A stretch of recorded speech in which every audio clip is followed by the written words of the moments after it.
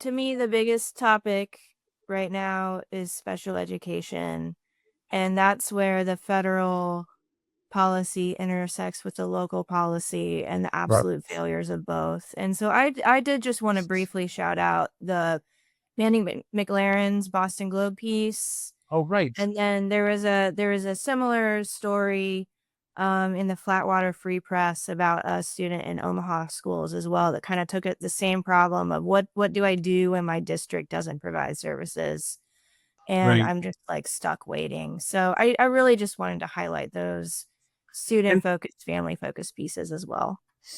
I'm so glad you did. And say again for folks in the back, why is special ed? Special ed is always important. Why is it particularly important now at the beginning of the Trump administration?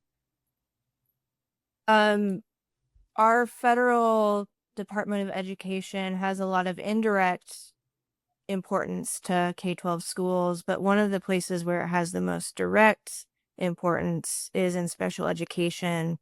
The requirement to provide services, the funding that supports services. We're hearing a ton of questions from local families about what budget cuts and staff cuts mean for their students. Schools, of course, are not necessarily incentivized to get better, even in places where they might want to. The funding is not coming from states to make improvements. And of course, the people left in the lurch are kids and families. And so, I don't know how it'll work out. I don't know what the solution is, but I think it's a story about the most vulnerable people that deserves attention. I'm so glad you brought it up. Two other things that are unique, if I can piggyback on the special ed issue. One is that it's one of the only places where parents have an individual right to sue. A parent can take a school district to court in special ed, and that's not available outside of special ed, to my knowledge.